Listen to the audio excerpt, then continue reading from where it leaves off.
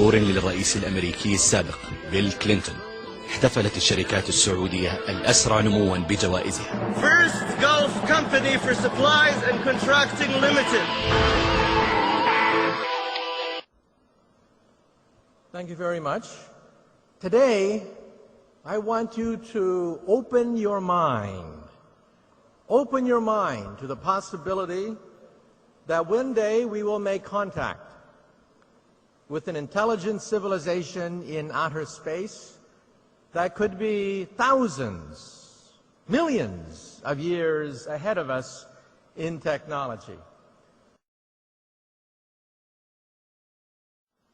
Over the last 43 years, I have given more than 700 presentations of an illustrated lecture called Flying Saucers Are Real.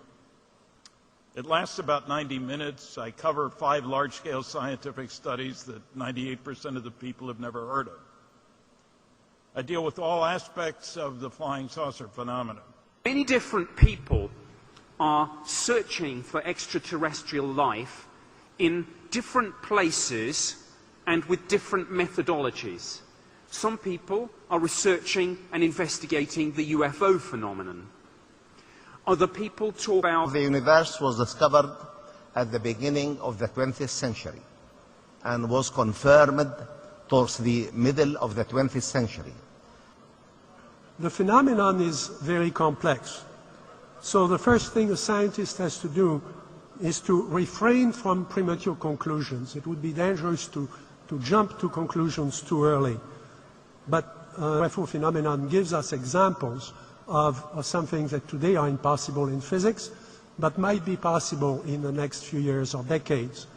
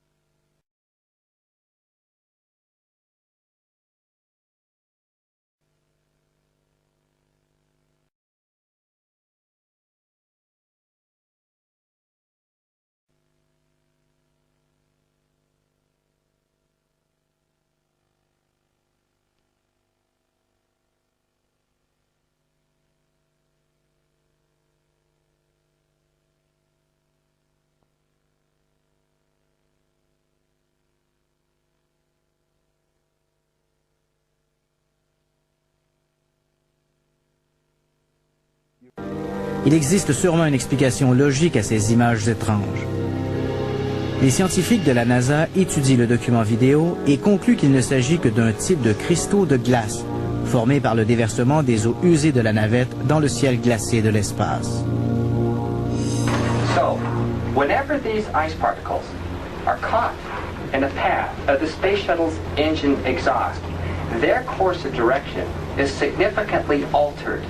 Confident that Dr. Jack Casher will come to the same conclusions that we have at NASA, that these were ice crystals and nothing more.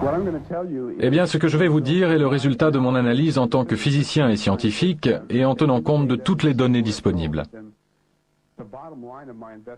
En l'occurrence, j'ai commencé mes recherches en supposant qu'il s'agissait de particules de glace et en essayant de vérifier cette version, d'y apporter des preuves.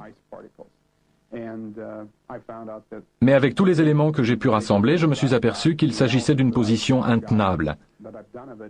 Partant de là, les solutions ne sont pas si nombreuses. Les météores ne changent pas de direction, pas plus que les débris ou que les satellites. Une fois que l'on a éliminé l'hypothèse des particules de glace, il ne reste plus beaucoup d'options. On vu tout à l'heure dans la vidéo, en visionnant la cassette, il y a 2 traînées qui traversent là. Comme par hasard, après que la particule principale s'éloigne en accélérant, il y a une traînée qui vient par là. Qu'est-ce que c'est?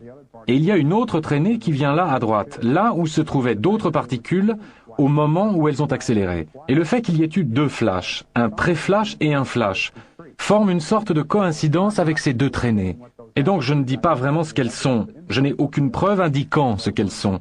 Mais une interprétation possible est certainement que ce sont des missiles. C'est ce que certaines personnes ont dit. Pour moi, il s'agit d'engins spatiaux, il n'y a pas d'autre explication. L'un des phénomènes ovni qui a suscité le plus de controverses a eu lieu sur une base américaine de l'OTAN en Angleterre. Vers 1 heure du matin, un soldat américain aperçoit une lumière au-dessus de la forêt de Rendlesham. Le colonel Halt était le responsable de cette base militaire de l'OTAN. Au début, il n'a pas cru à ces histoires. Quand j'ai été au poste de police militaire, un sergent a commencé à rire et j'ai dit « Qu'y a-t-il d'aussi drôle ?» Et il m'a dit hier soir « Burroughs, Peniston et Kovanicek étaient dans la forêt pour chasser l'OVNI toute la nuit. » Évidemment, j'ai ri de la blague car c'était plutôt drôle. Mais 2 jours plus tard, le colonel Halt est appelé par le chef de la police militaire de la base. L'objet non identifié serait de retour. Le colonel part aussitôt sur place avec une douzaine d'hommes. Un gars de notre équipe a dit « Regardez là-haut ». Nous avons regardé à travers les arbres et nous avons pu voir quelque chose d'énorme. C'était de forme ovale, rouge, avec un centre noir. L'objet a reculé. Il est retourné sur le champ du paysan. Il est resté stationnaire pendant un petit moment et puis silencieusement, le plus juste c'est de dire « Il a explosé. Il s'est transformé en 5 objets et a disparu ». Nous sommes ici pour dévoiler la vérité sur un sujet qui a été ridiculisé, dont on a douté et qu'on a trop souvent nié depuis au moins 50 ans. Les hommes et les femmes présents sur cette estrade peuvent prouver et prouveront que nous ne sommes pas seuls dans l'univers. En mai 2001, Stephen Greer, médecin urgentiste, s'est reconverti dans la recherche sur les ovnis et a initié le projet de révélation, un lobby destiné à faire pression sur le gouvernement pour qu'il dévoile au public ce qu'il sait sur les ovnis. Stephen Greer a réussi à réunir près de 500 personnes. La plupart sont des militaires à la retraite ou des membres de la CIA, des contrôleurs aériens ou encore des professionnels de l'aviation, qui affirment avoir assisté à un phénomène non identifié. Ils sont prêts à témoigner sous serment devant le Congrès.